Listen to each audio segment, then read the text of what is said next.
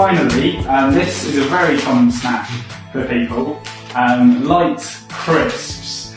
So what are your thoughts on these?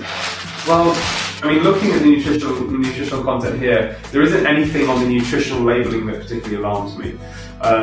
You know, one of the issues with these crisps has been, you know, salt content. So, you know, the limit really for salt that somebody should be consuming really should be no more than 6 grams a day. So, you know, that packet of this is 0.3 grams. You know, the carbohydrate content, again, per packet about 9.8 grams, and not particularly high. There's no real sugar in here.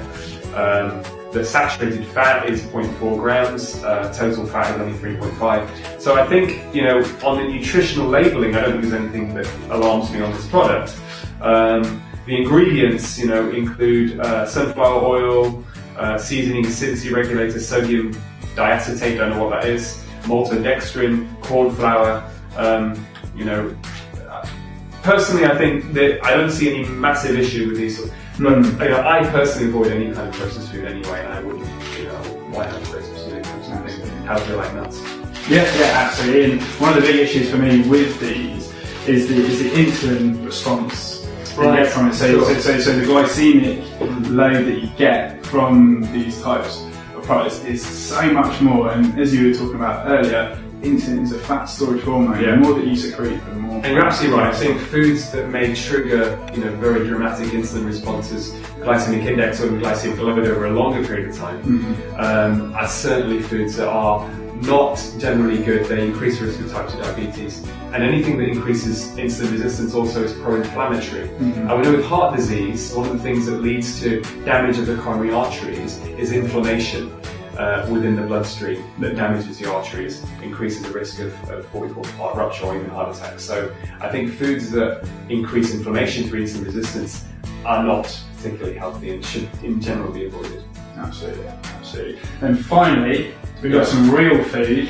So we've got Brazil nuts here, which have got 2 red signals on, so which can alarm you. So this is very interesting. So, you know, traffic light labelling, probably a good thing. The question is, how do people interpret this? Now, nuts in general, for heart health, are actually protective. And in fact, the strongest study, which was published a few months ago, called the PREDIMED study, looked at a Mediterranean diet which was energy unrestricted versus more of a low-fat Mediterranean diet. Nuts, not Brazil nuts, but I don't think there's an issue with Brazil nuts, but specifically almonds, walnuts, hazelnuts. We know that hazelnuts, for example, have about 60% fat, total fat, which is well above what would be traditionally recommended. In that group that had a supplement of nuts, they had a 30% reduced risk of stroke and heart attack over a several-year period. In fact, they had to stop the trial early because it was considered unethical to continue because of these benefits, and probably because of anti-inflammatory properties within the nuts themselves are healthy. But you see, on the labelling here, and Brazil nuts for total fat is quite similar to hazelnuts, is red as saying high. And again, the problem here is that people may actually naturally stay away from these sorts of foods, when in fact having nuts as part of the regular diet, as part of the traditional Mediterranean diet, is healthy for the heart.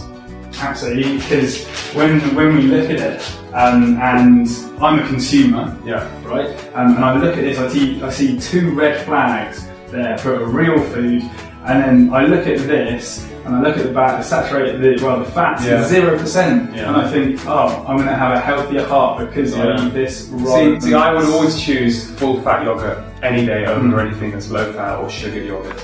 And in fact, most people don't realise the full fat yogurt actually doesn't have a lot of saturated fat anyway. You know, it's only about 5 or 6%. But obviously the calorie content is slightly higher, but it's more nutritious. But the problem is all calories are not the same, and we can talk about that later. And certainly I would definitely choose this as part of a snack or a healthy snack than that. And that's, with any shadow of doubt, that's what I would do.